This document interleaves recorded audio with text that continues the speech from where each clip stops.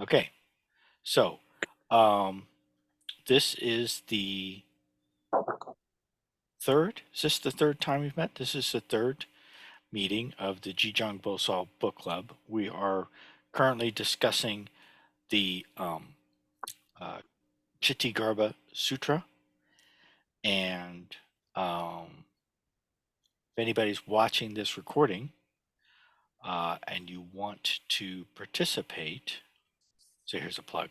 I'm making a plug. Excuse me, Elizabeth and Joe. But if anybody's watching this recording and wants to join in the fun, you go to my Patreon page, which is linked to in the description of this video that you are watching on YouTube. Okay, so we're reading the Ksitigarbha Sutra now in this month, the month of April. We're reading the next. Let me see if I can. I'm looking at my schedule here. At one point, chapters 5 through 8. Now, chapter 5, and so we were still also kind of working on chapter 4. I don't think we had completely finished with chapter 4. Chapter 5 is on the names of the different hell realms. Right. And chapter 6 is on praise of the Tathagata, which is actually not the Tathagata is not being praised. This is that is Buddha, Shakyamuni Buddha's praise of Ksitigarbha is in chapter 6, and that's really as far as I've gotten so far. I don't know has anybody read chapters 5 and 6 or even further? I may have read further. Mm-hmm. I got to the point where he is singing the praises Yes. of Jijang Bosal and also the devil kings were speaking. I got to about page 105. I don't know where Okay. chapter Devil that is. Kings. All right. 10 devil kings, I believe, or 20. Oh, okay. How about you, Elizabeth? Yeah, I think I'm like just getting to the last. I was trying to quickly read through the last chapter, but Uh-huh. Up to there are chapter a 8. bunch of ghost kings Ghost that Kings. Okay. Uh-huh. Yeah. So now there are Ghost Kings that are mentioned in chapter 6 Right. as well. And I'd like to spend some time. So, first of all, is there anything, either that we've talked about before that we haven't talked about that you want to talk about that either you want to bring up or raise or revisit?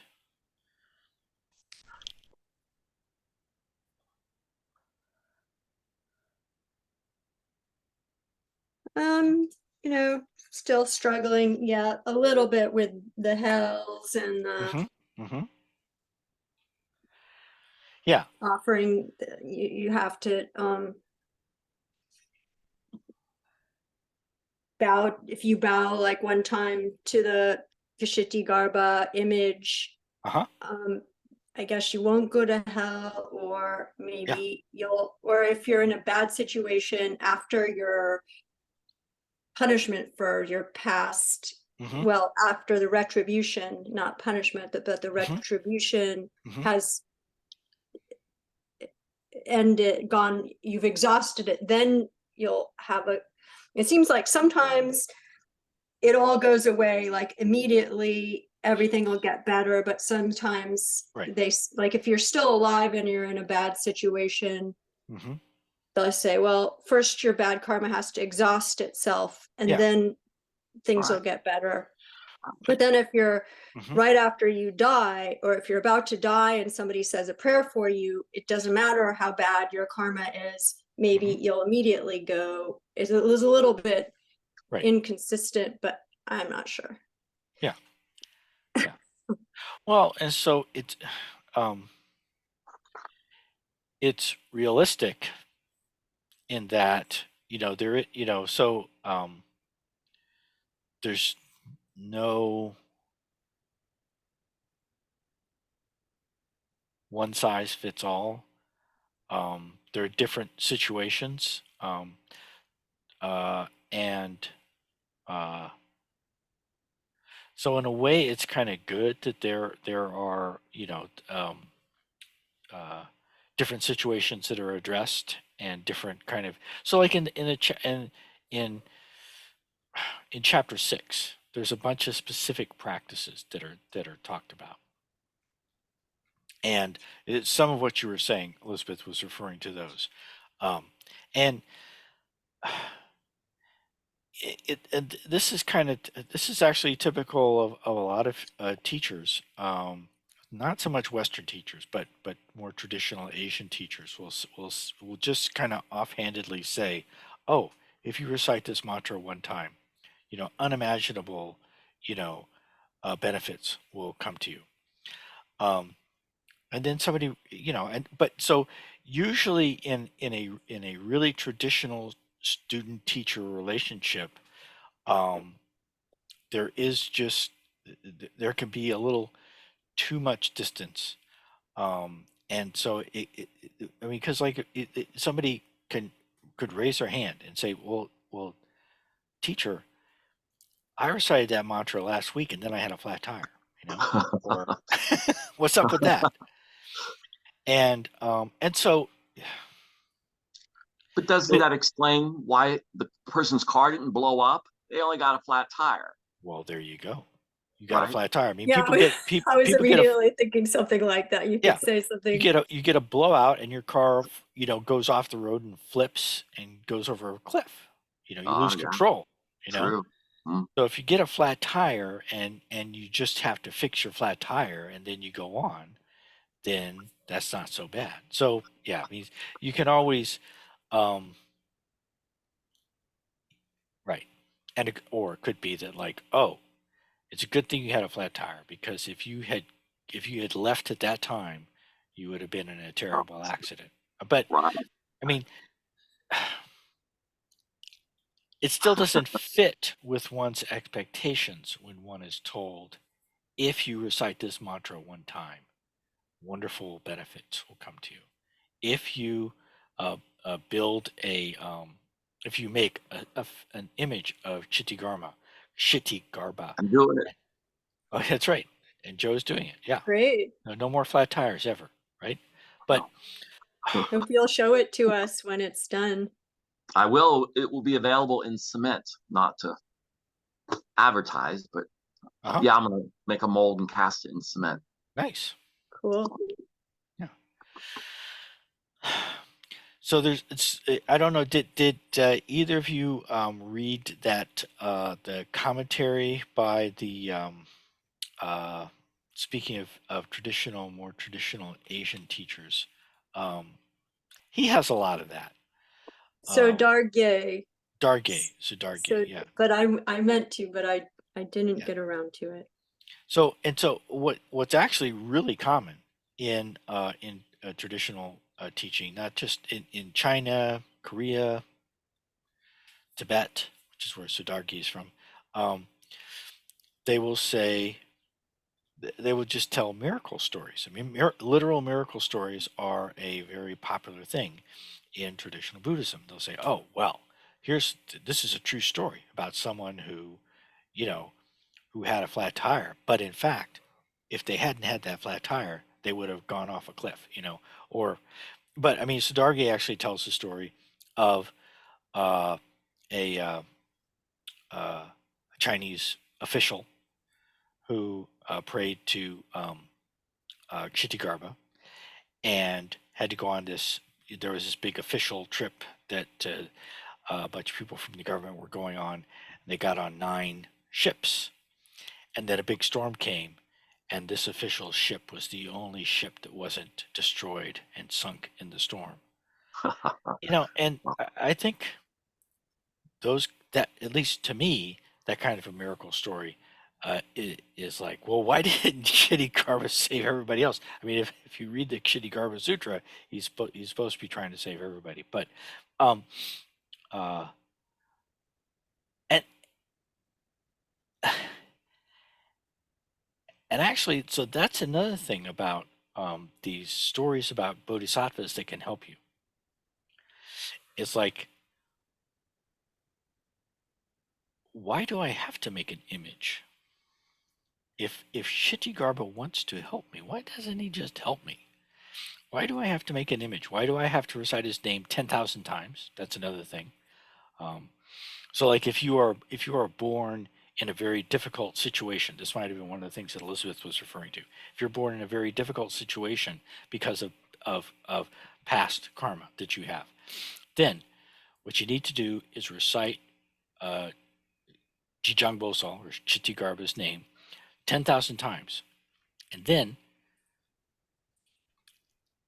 well, and then from then on, you will. I think this is the way it goes in this particular one.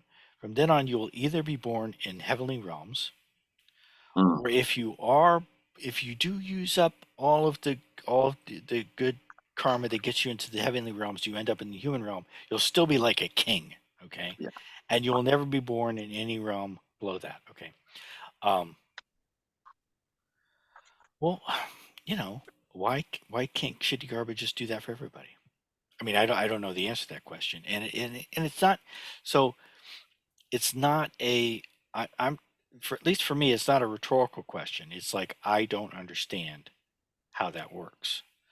Um, and uh, and so part of the way that it works is that as long as we are in samsara, there still has to be some connection between our actions and the consequences.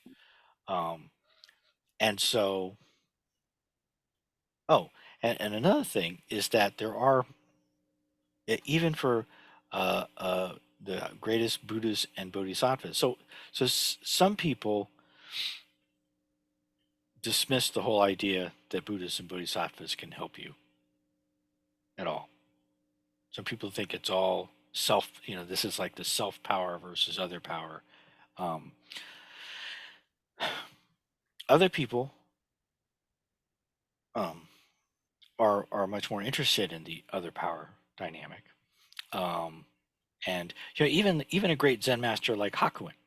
Hakuin, who is like hardcore Rinzai Zen, doesn't get any more Rinzai than Hakuin, and he was a big proponent of chanting the Kanzeon chant, Mm.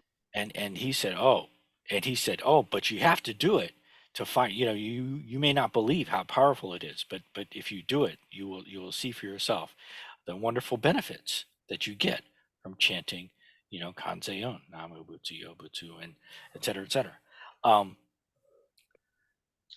so I think I don't think people should be too dismissive of other power. At least one shouldn't think. Go ahead, Elizabeth. You're going to say I something? want to say about that, I Yeah. do see it consistent, and I like this, that Uh-huh. it is offering that you chant for your loved ones. Uh-huh. Right. So that's other power, but you're doing it for someone Uh-huh. else. Right. They have a lot of that. So Yeah. Yes. And that was nice. I thought adding that after you've already gone over Yeah. that your Well. relatives can continue to Hmm. chant or make vegetarian food offerings and, Hmm. and Hmm. and so forth. That that to me that how do I say? It seems to me that we could or that some people do could get into the superstitious aspect of Hmm. of doing these chants. Hmm. It's like carrying a four-leaf clover or Uh-huh. anything like that, or rabbit's foot. Ugh. Hmm. But it seems to me, and this is sort of my approach, Uh-huh. is that it's it's more about doing what's right. For example, At my Zen center, if I notice that the water bowl is empty on the altar, I will immediately go fill it Mhm. with filtered water, of course, and bring it back. Because to me, that's sort of doing what's right and what's proper within our forms and whatnot. And to me, I think honoring the bodhisattvas and using their names Mhm. is just right. It's Mhm. also a Sung San only don't know. Hey, I Mhm. don't know if I chant this 10,000 times, will it benefit me? But what if I'm saying it and I'm putting it to benefit other Mhm. beings, right? And also for newborns, Well, right, for their right. So, future. Yeah. well, right, and maybe set out their karma in a better Mhm. Mhm. way or something. So, I mean, it's still don't know, but Mhm. why not? Mhm.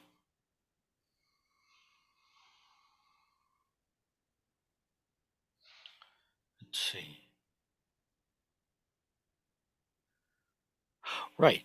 And so, oh, so if you accept that there is some legitimacy to the notion of other power, if you accept at least the possibility of it, I'm not going to ask for a show of hands, but if then, but even people who advocate strongly that that Buddhas and Bodhisattvas have power to help you, there's always something that's still required on your end. There is still, self power is never completely neglected, and the and really this fits in, I think, with what both of you were saying, that the purpose of the Buddha or Bodhisattva helping you is to encourage you to do what's right, because ultimately that's what's important is uh,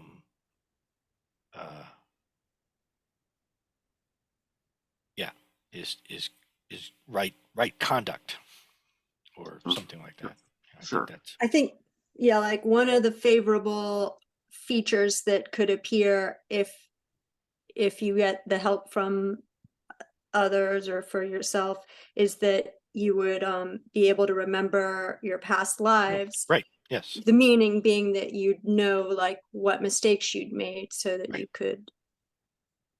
But Well, Yeah. yeah. Yeah. Joe. In one of the chapters, it talked about the man that got reincarnated or got out of hell, and he got back on the bad road again, and then the wise man came and helped him out and got him off the bad road.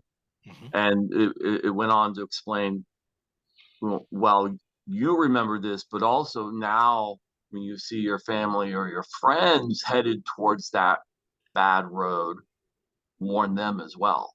So just like what Elizabeth is saying is from your own experience of whatever misdeeds or bad karma that's been Yeah.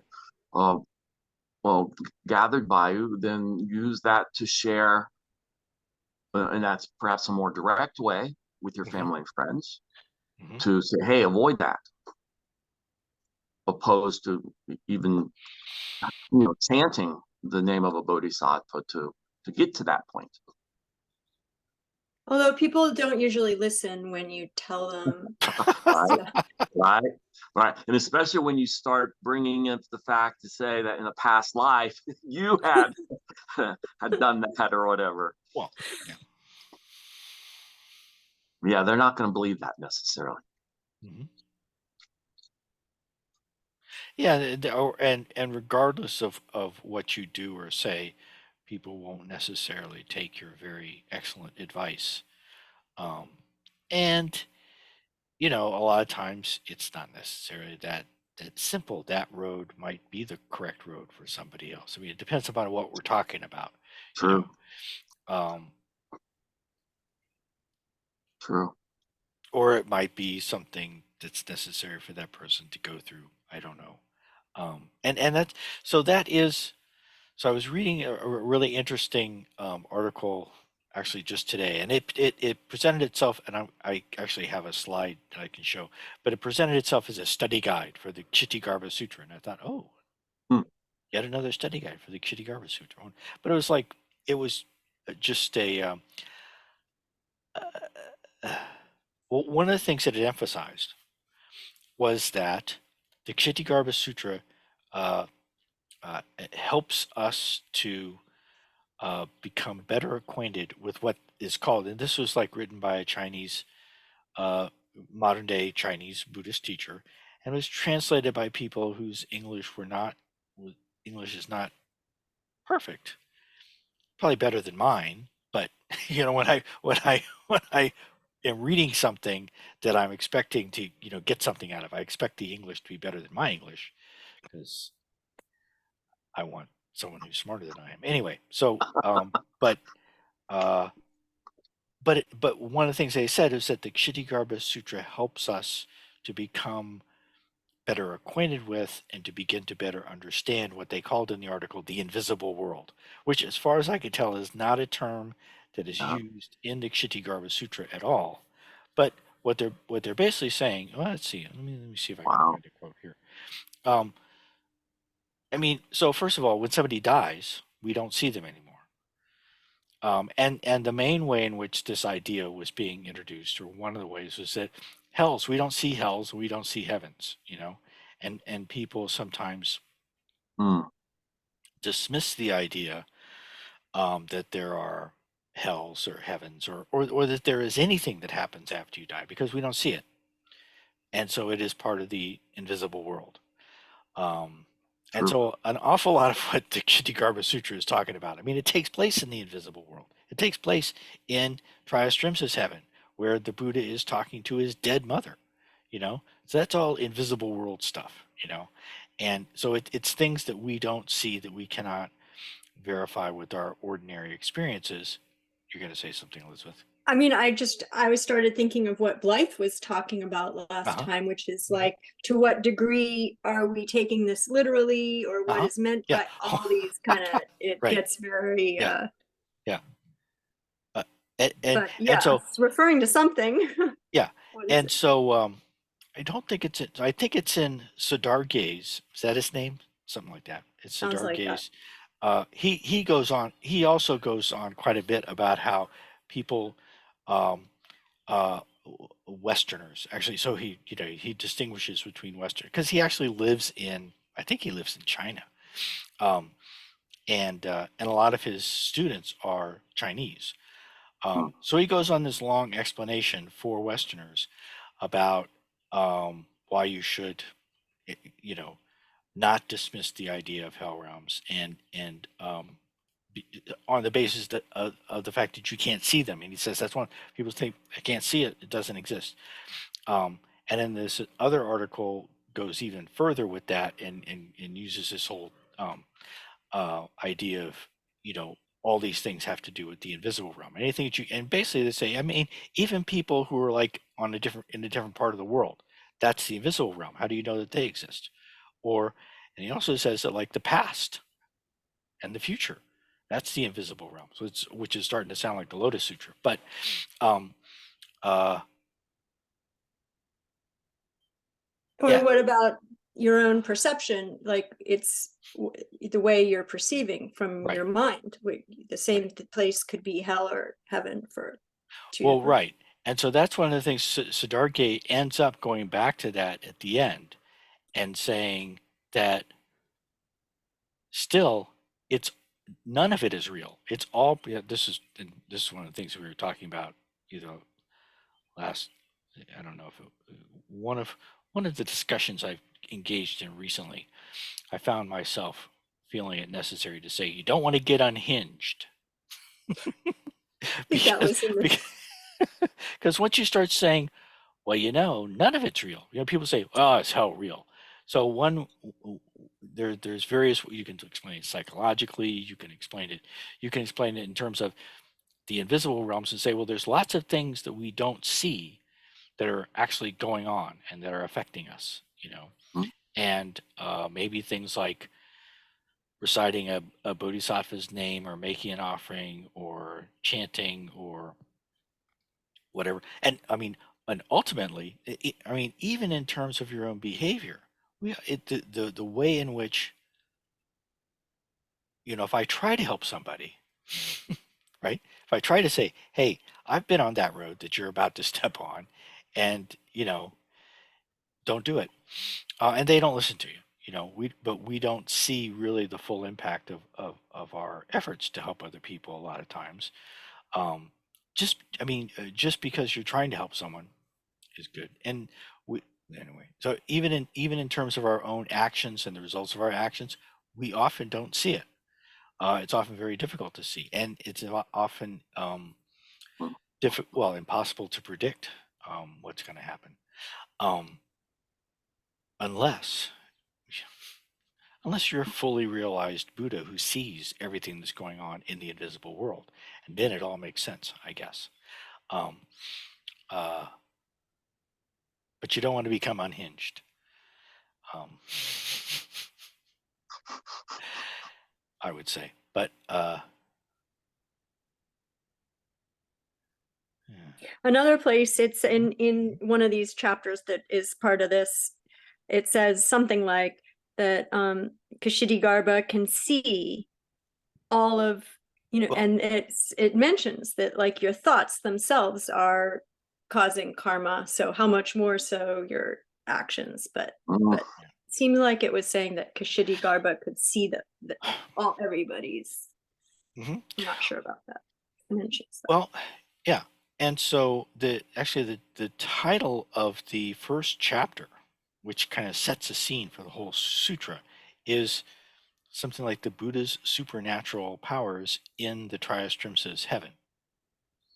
And which, I mean, first of all, the very fact that the Buddha can travel up to the Triastrimsa's heaven is already supernatural powers.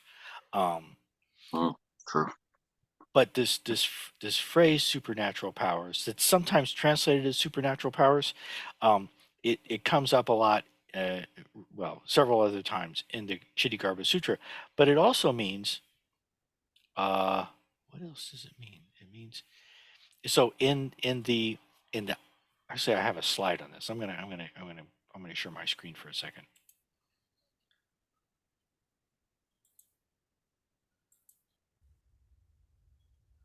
Where is it?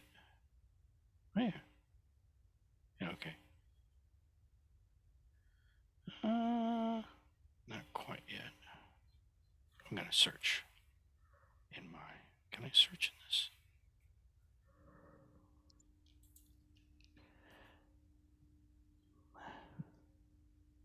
I'm sorry, but I'm trying to figure. Oh yeah, here we are. All right.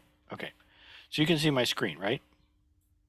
All right. So this is the title of the first chapter of the Ksitigarbha Sutra is blah blah blah blah blah in Chinese. Do il chun gong shin tong pom je il. That's the Sino-Korean pronunciation in my terrible English approximate, which can be broken up into. So the first part is the Triastrims of Seven, just the place, and the last part is just the actually. So the last part of the chapter, it just says chapter one. Okay, so it's Shintong.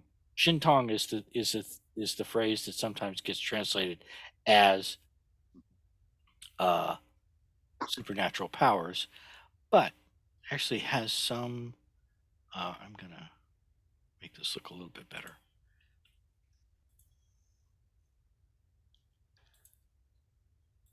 Okay, here we go. And then I'm gonna put everybody. Shintong. So this is the phrase. This is right out of the title of the first chapter of the Ksitigarbha Sutra. Shintong, and this phrase shows up again several times, and it also shows up in the fourth ox herding picture, which is getting hold of the ox, and the shin part of, let's see, Shintong, shin. Oh yeah, tong. This is also in the Heart Sutra when we say It's towards the end of the Heart Sutra. Anyway, uh, it means direct perception. Another way of translating it is direct perception. And in the Wow, that's cool. in the fourth ox, so it's direct perception, which means there's no separation between the perceiver and what is being perceived. And so one of the ways of describing, one of the ways of kind of pointing to that is that when you go from simply seeing something to actually touching it. And so that's what's happening in the fourth ox herding picture. You start off by looking for the ox, then you see the traces of the ox in the second ox herding picture, then you see the ox in the third ox herding picture, but then in the fourth ox herding picture is when the shintong happens, when you actually come into contact with the ox. The direct perception, you and the ox are now together, but you haven't tamed the ox yet. So now in the fifth ox herding picture is anyway, I'm going to stop sharing now. But the fifth ox herding picture, if you actually look at the original the Chinese for the poem that goes along with the fifth ox herding picture, it's like it could go either way. It could be you or it could be the ox, and and then in the six ox herding picture again, now everything is fine. You're playing your flute. The six ox herding riding the ox home. You're playing the flute and the ox is happy and you're happy and you're just kind of you're good friends now, but only because you basically you have mastered the ox. But before you can do that, you have to come into direct contact. You have to directly perceive the mind, basically. So,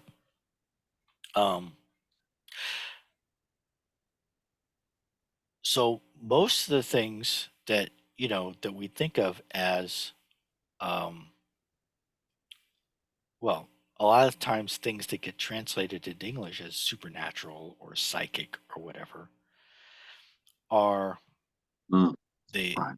they could be referring to supernatural or psychic, but more in the sense of being able to see this invisible world, and the invisible world just actually provides an extra layer of explanation of what's going on in the world that we can see. I guess. And is that a way, if we break down the English, like the word paranormal, which means Mm-hmm. above the normal or something along that line, where supernatural would be the same thing. Right. Yeah. Supernatural, metaphysical. I mean, they all means they all mean the same thing. Right. And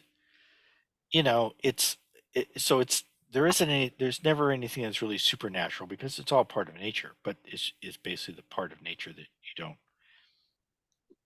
We can't perceive. see or we don't know how to perceive yet.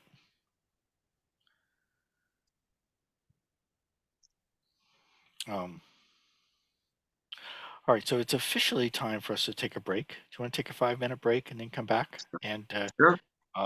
continue on? Okay, let's do that. And let me see if I can find. Maybe Blythe will join us. Yeah, I don't. I hope she's okay. She's had a lot of health issues. no.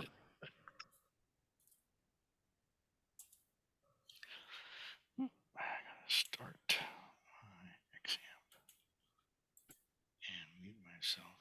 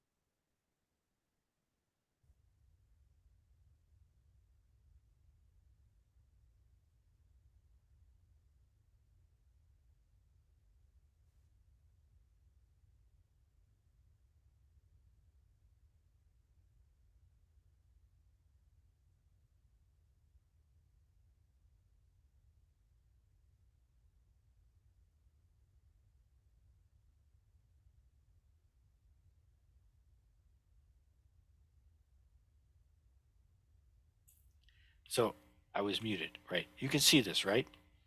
Yes. Sharing my screen. Good. All right. Um, all right.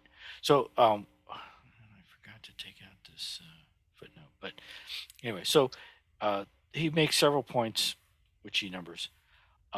Master Sheng Chang Huang, who's with the Dao Sheng Institute of Buddhist Studies. I don't know what that is.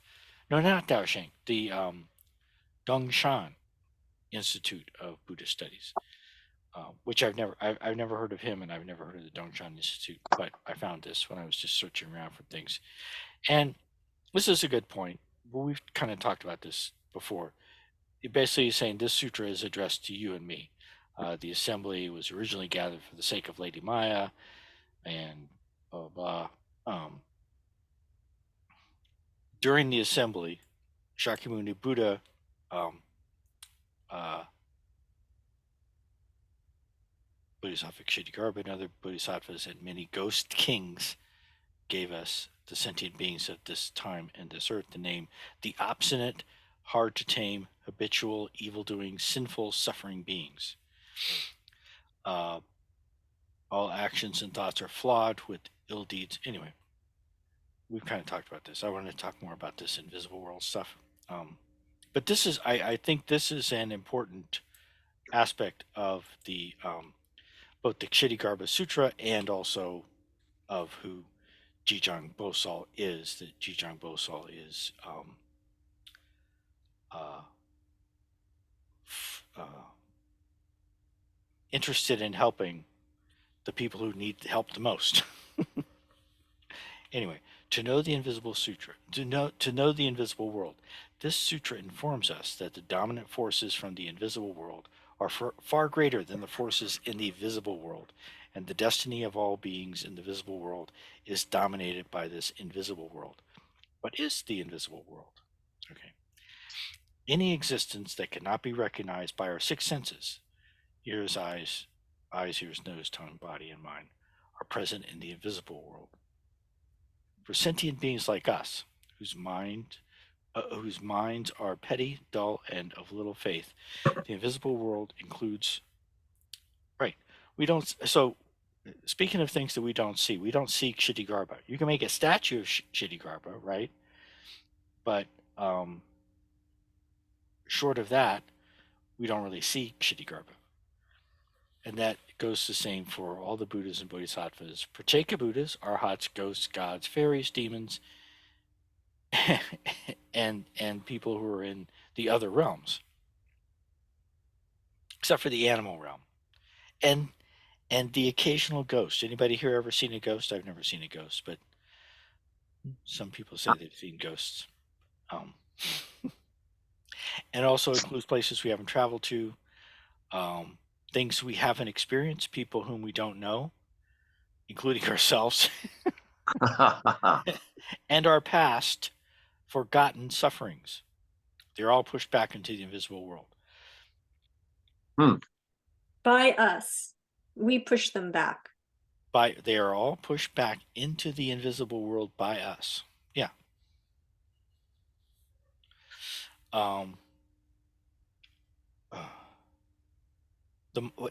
And this is good because so far, it's so far this much is not particularly. I mean, this sounds reasonable, but it's not particularly Buddhist.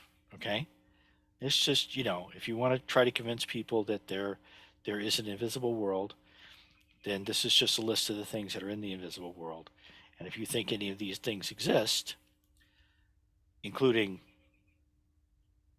your past forgotten sufferings that you have pushed into the invisible world, then that's evidence for it. But then right down here he says, but the mind, we don't see the mind either. We can't see the mind.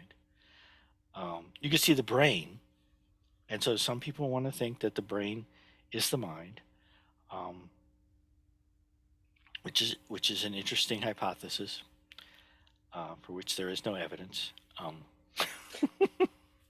But can't we see the functioning of the brain, i.e., mind, through CAT scans and Oh, yes, those types of situations? yes.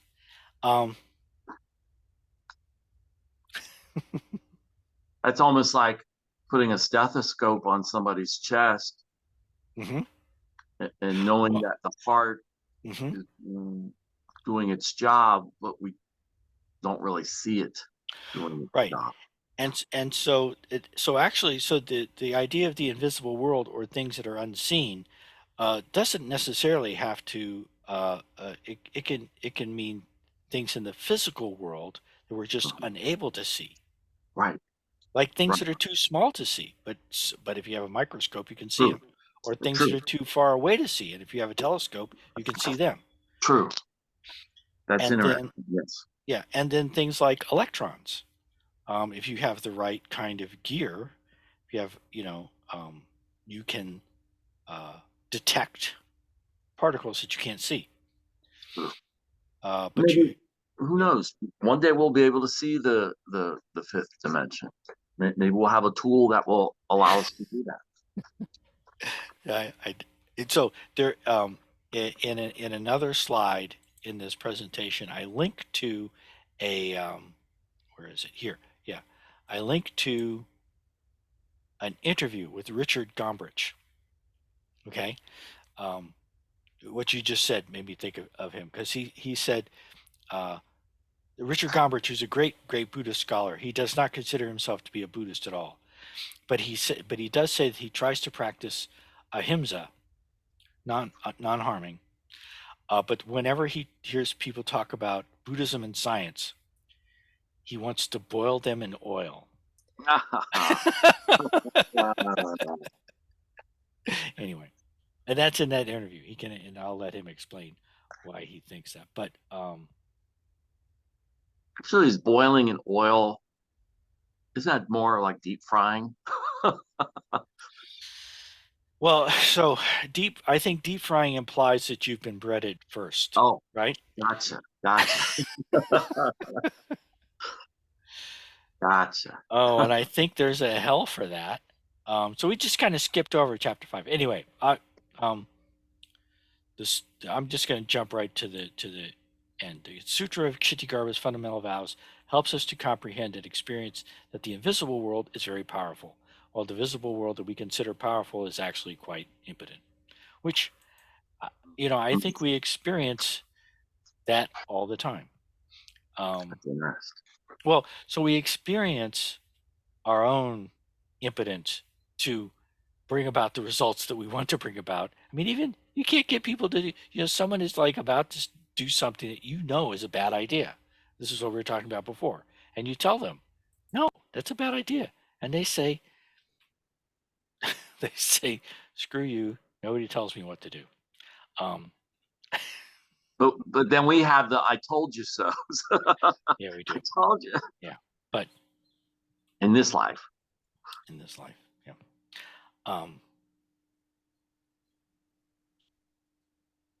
What I'm sort of wanting to know or get to in these readings is,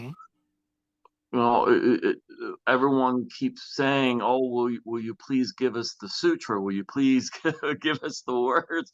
And I'm thinking, well, wait a minute, aren't we reading the sutra? But I'm thinking, like, are we going to get to a grand finale where we're going to get like four-line verse or something like the Diamond Sutra? Oh, I don't know. I didn't want to peek ahead. So, I've read it many times. I don't recall anything that is like, in fact, and I've looked for this, is there like one part that is, the essence of the sutra? I mean, I think so far my favorite part is is chapter 6. There's no hells, or there's very little hells. And there's lots of practical things. There's lots of things you can do. True. Well, and it's nice because the Devil Kings, oh yeah, they're there too. They speak about, yes, they're there to cause great suffering, but they're also there to cause great happiness and joy. So that's not so heavy-handed. Yeah. But I mean, we've got a choice. Yeah. Elizabeth is looking something up.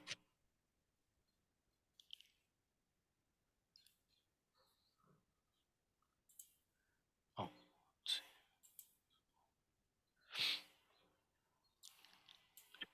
Oh, so one idea that I have.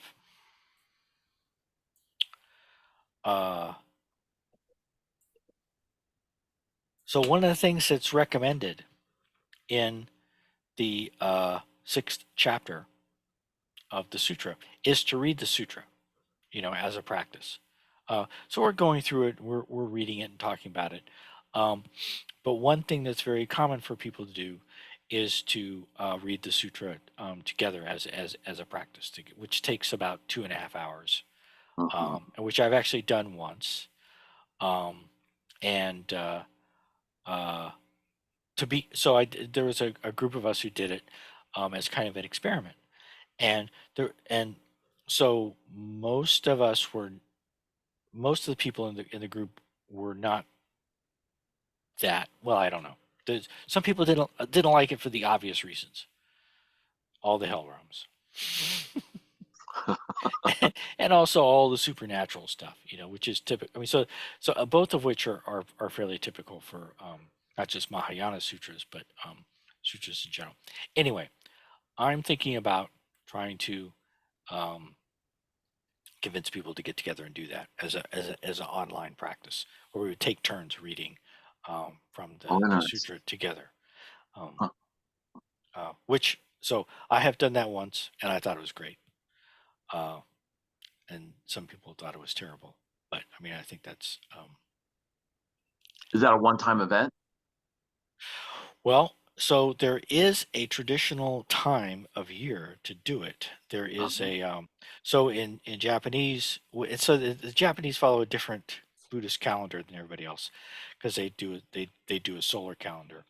But I forget whether it's either the 7th or the 8th month of the year, Right. and it's one day during that month when it's often referred to as Ksitigarbha's birthday. Um, Oh, and people read the sutra on that day as a practice. Now that day is part of a month-long right. observance of basically honoring one's ancestors. Um, Obon. Oban, right? Exactly. And so an oban is the Japanese name for it, but it's a traditional month-long observance in all East Asian Buddhist countries, and I don't know if the Tibetans do it. I don't think the Theravadins. Well, Theravadins don't have Ksitigarbha, too bad. But anyway, so I just want to put that idea out there. But I also want to show one other slide that I made, but I don't want to cut people off. Um, would anybody be interested in, either of you be interested in doing a sutra reading online together? Um, I'm Sure. interested in it. Yes. I mean, no pressure. Yeah. Sure, I'd do it. Uh-huh. Yeah. And I'm pretty. I know two other people who are very interested in doing it. They are Erica and Philip from Australia, which Huh. they practice with Zen Master Senshin, who's the Zen master in Brisbane, Australia, and they do it every year as part of their group. I think they Cool. do it on the Japanese calendar, which is kind of where I originally got the idea from. Um, uh, and so it would be really cool if they could join us. But they're in Australia, so the time difference is a little wacky. So we'll probably end up doing it at like 6 o'clock in the morning or something like that. I think Right. that might work for them. Anyway, that's just an idea. Interesting. Yeah. And I did want to show one more. Oh yeah, I just want to show this briefly. I don't want to. Oh, here it is. And then I want to slideshow. Current slide. Okay. And I don't want to beat a dead horse, but I do want to make a point of saying that not just in terms of all the hell realms. Oops. See, I have to do that whenever I'm using PowerPoint. It's hit the wrong key, hit the wrong button. Not just in terms of the hell realms, but just a lot of the what I refer to up here with the technical term of weird stuff that's in the Ksitigarbha Sutra. So this is these are some Pali suttas that have descriptions of hell realms in them. Um, this is so the Kevata Sutta, the Devaduta Sutta that doesn't have anything to do with Devadatta. Um, the the foolish and the astute, which I'm not sure what the Pali name for that is, but it's usually just referred to the sutta about the foolish and the astute. And then this isn't actually from the Pali Canon, but this is from the Mahasamgika tradition, which is a pre-Mahayana Buddhist tradition, the Sermon on Hells, which goes through a bunch of different hell realms. These are all early Buddhist sources that talk about hell realms. The Buddha visiting Triastrimsa heaven is a and Theravada Buddhists believe that that's where the Abhidharma comes from. That's the so the Theravada Buddhists don't have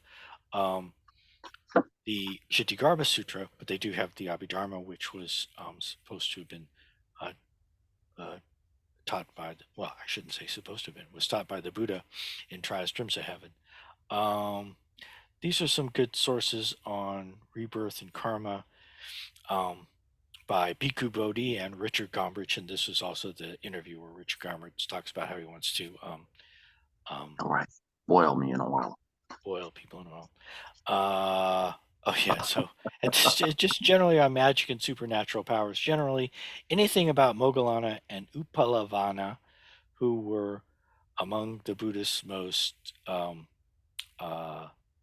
senior and important disciples that the Buddha himself designated as two of his chief disciples. And one of the reasons why they were designated as chief disciples, because they were singled out as being the foremost in mastery of supernatural and psychic powers. And they are well established in early Buddhist literature. And just visiting the Naga realm, which is that. So there are Nagas in the Ksitigarbha Sutra. But so visiting the Naga realm, that's where the Buddha went to put the Mahayana Sutras in safekeeping because he knew that they would be forgotten and neglected and lost. And that's where Nagarjuna went and retrieved them hundreds of years after the Buddha. So obviously, the story about Nagarjuna going down to the Naga realm to retrieve the Mahayana Sutras is not part of Theravada Buddhism, but stories about the Buddha visiting the Naga realm are part of are included in the Pali Canon, and then these are just a list of Pali suttas that have. The Theravada Buddhists would object to saying that these suttas talk about magical results, but basically these suttas say if you chant something, you can dispel ghosts and demons and flesh-eating zombies and make it rain and scare away snakes and protect mothers who are giving births and protect yourself from fire and all this and things like that. Anyway, so. Yeah. All right. And that'll be on the slides that I'll link to in the descriptions of the video for anybody who wants to click on any of those links or look up any of those things. It's just that, I mean, so the Ksitigarbha Sutra does lay it on pretty thick. And a lot of times people either have an idea of, and I talked earlier about Hakuin. But a lot of times people have ideas about either what they think of as early Buddhism, or they have ideas about Zen Buddhism and think that it excludes all of this weird stuff. But as a general rule, it doesn't. Anyway, but I didn't mean to derail our other conversations. We still have 10 minutes to Kurt, also, doesn't Sun San in the Compass of Zen have I don't know if he really goes into length about it, but he does point to magic and yes, and so forth.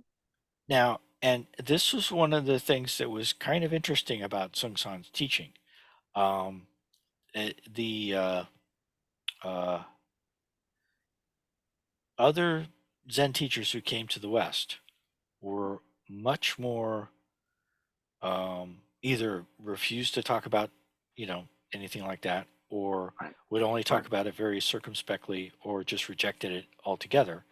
Although at the same time, I've read things from either Japanese or Vietnamese Zen teachers who said, "Oh yeah, if you meditate for a while, you will develop, psychic powers." Just kind of matter of factly, and then they'll say, "But that's not what this is about." um, which so Right. far it hasn't happened to me.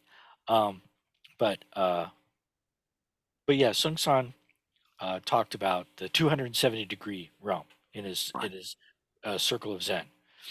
Um, and you've heard this before, Elizabeth, right? I mean, so he says, you go around the circle, and you start off thinking. Basically, you start off thinking that the invisible world doesn't exist, and that's the starting point.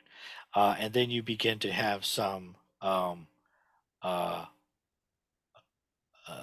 some feeling that there's more going on than what you've assumed.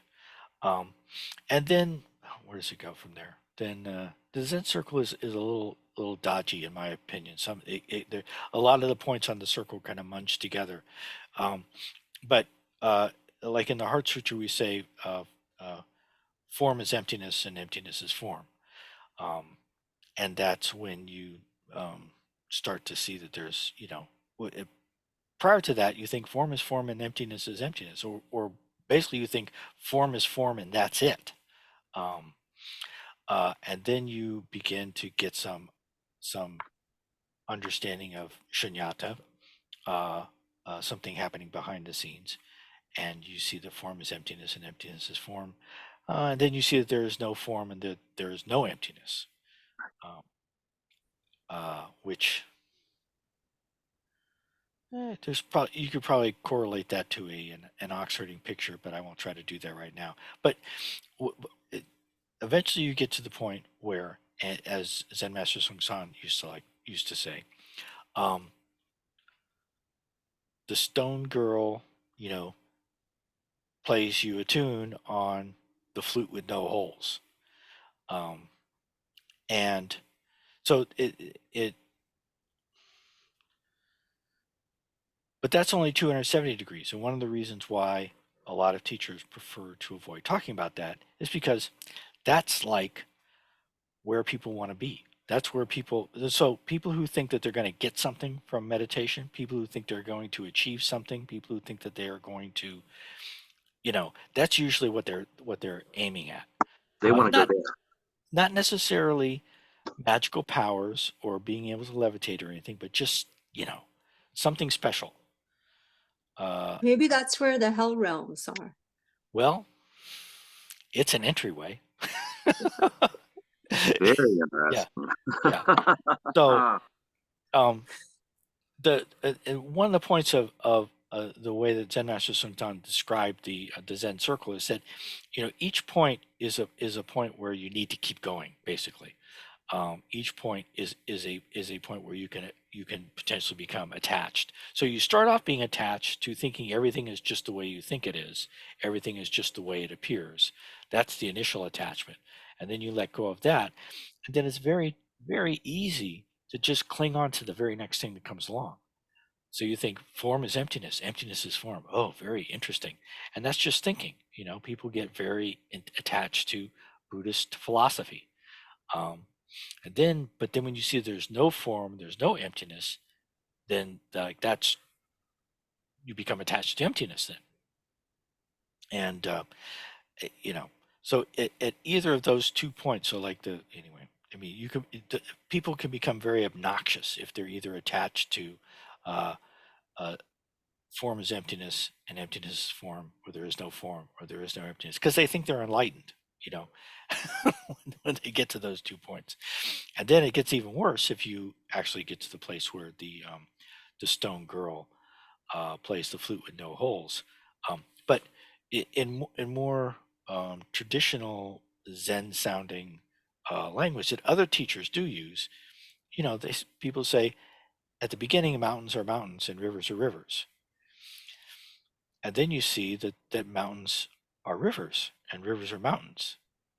and then you see that there are no mountains and no rivers, and then they skip over the next part, and then they go right to, and then mountains are once again mountains and rivers are once again mountains, which is the completion of the Zen circle, which is the last of the ox herding pictures, returning to the marketplace. And Zen Master Sung San would would say one more step is necessary, because the magical realm, or whatever it is, the invisible world, um, uh, is another thing to get attached to, if you get stuck there. Another place to get stuck, another thing to get attached to, another entryway into hell. And you have to keep going, because once you come around full circle, it's only here in the visible world that you can actually help people, that you can be a bodhisattva, I would say. I mean, so the bodhisattvas with the capital B, they're up in the invisible world, right? We're praying to them or chanting their names or making images of them or whatever. But we're here in the praying, the chanting, the images, the sutra reading. That's all happening in the visible world, and that's all happening, as part of our efforts, to save all beings and to save ourselves while we're at it.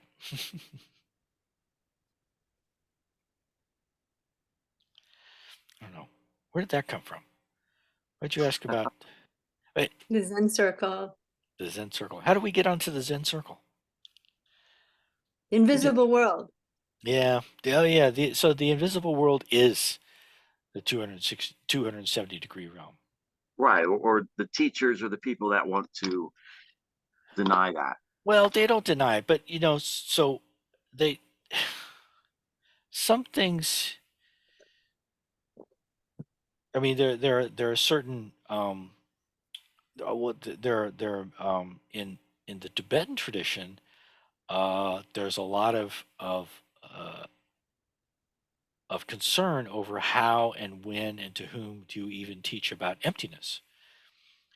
Much less stuff about magic or whatever, but just to teach people about emptiness.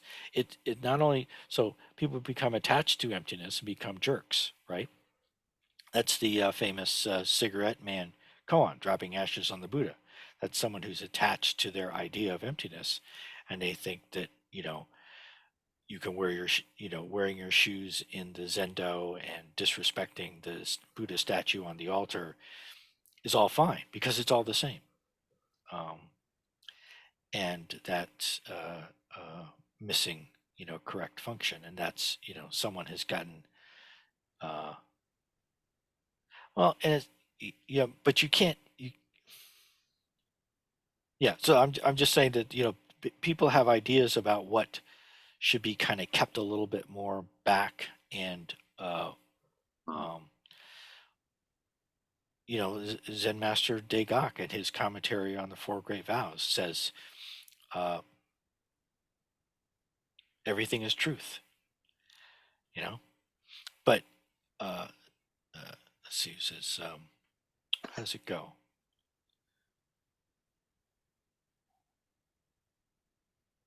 All beings cry out, listen. Everything is truth, listen. No, all mistakes point the way. Listen. Yes, yes. Everything And is all truth. mistakes point the way. Listen, and Everything is truth, listen. Put aside self-interest and help others. right. Yes. And so you have to get to that point. You can't, everything is truth. Everything is truth. All mistakes point the way. If you get stuck on those teachings, then you think I could do whatever the hell I want, right? Everything is truth. All mistakes point the way. No problem. But you have to keep going to get to put aside self-interest and help others. Because if you put aside self-interest, then everything is truth is not a problem. Emptiness is not a problem if you don't have, self-interest hijacking whatever little glimpse of emptiness you may have had, or whatever little glimpse of magic or psychic powers or whatever you might get. if you don't have self-interest there, then it doesn't. And he become a also problem. says, listen, Listen. at the end of each of those lines. Mhm. Except for the last one, I think. Let's see. Put aside self-interest and Yeah, help that's true. others. He Yeah. doesn't say it there. And I mean, I don't want to read too much into that, but I mean, it's a poem, so it's like it actually that it works rhythmically to end it at put aside self-interest and help others. I mean, it just sounds like the right ending. Yeah, I don't think it would sound right to just put Mhm. listen at the end of Right. that. But the listen fits perfectly, just from from the rhythm of the words, it works very, very nicely, I think. Yes. He's quite a poet, that Zen Master Degak.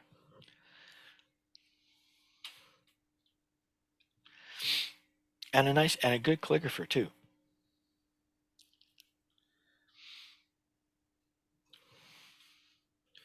Which reminds me of my favorite Ryokan quote. You know Ryokan, great Japanese. Actually, not ancient. It's like from the 1800s or maybe even the 1700s. Said the two worst things in the world are poetry by a poet and calligraphy by a calligrapher.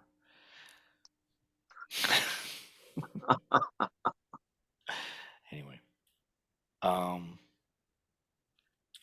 so next time we should continue on with our discussion of chapters 5, 6, 7, and 8, which we made a good start on this time.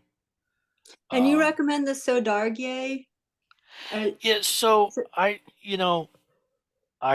do, but I recommend it with the critical mind. So he so there it is funny at one point after he goes through his long explanation trying to explain, which I don't think he does a very effective job of, but I think it's very interesting to see what he's trying to, you can kind of see into his mind. He's a very traditional Tibetan Buddhist teacher who, has lived his whole life in a fairly traditional culture, but who's now, teaching people all over the world, including Westerners, but also including a lot of people in China and Tibet.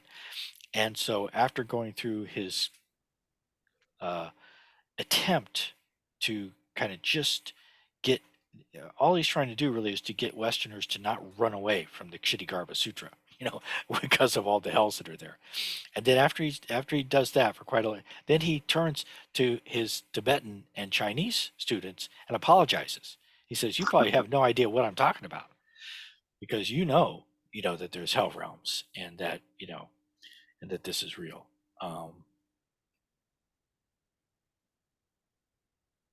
Which is kind of funny that he has to apologize to them, but it does make an interesting point. But so I recommend it, but yeah, I just wasn't sure. It looked like it had like a really long introduction or something, or whether like his commentary on the it actual text was like way into it, but he goes off on a lot of tangents. He tells a lot of miracle stories, and it's all interesting. And um, I, I I kind of wish I had spent less time reading that and more time reading chapters 7 and 8, which I didn't get to. yeah, if I haven't even finished this part yet, so that's true. Yeah. But I wish Thich Nhat Hanh or someone who writes like him had a commentary on this sutra. But I think Thich Nhat Hanh was I think he either wasn't, I don't know, I don't think he wasn't not I don't think he was uninterested in this sutra, but I think he thought it was too weird um, for his agenda of trying to make Buddhism more accessible to modern Western minds. Um, I don't know, or maybe he just never got around to it. But yeah, he doesn't have a commentary on this that I know of.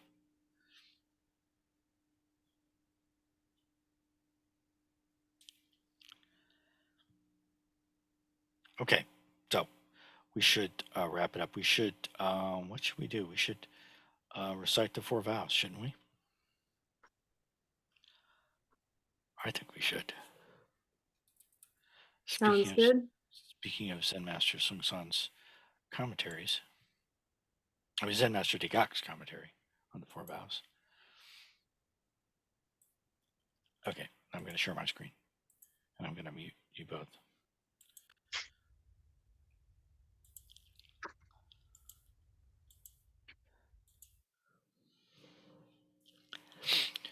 Sentient beings are numberless, we vow to save them all. Delusions are endless, we vow to cut through them all. The teachings are infinite, we vow to learn them all. The Buddha way is inconceivable, we vow to attain it. May whatever excellent qualities we have gained from this practice be extended for the benefit of all beings.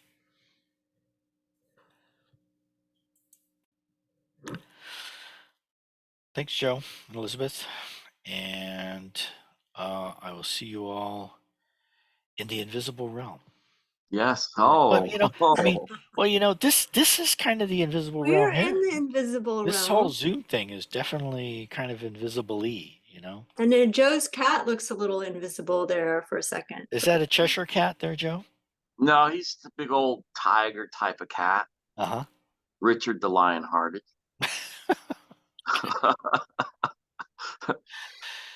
Yeah.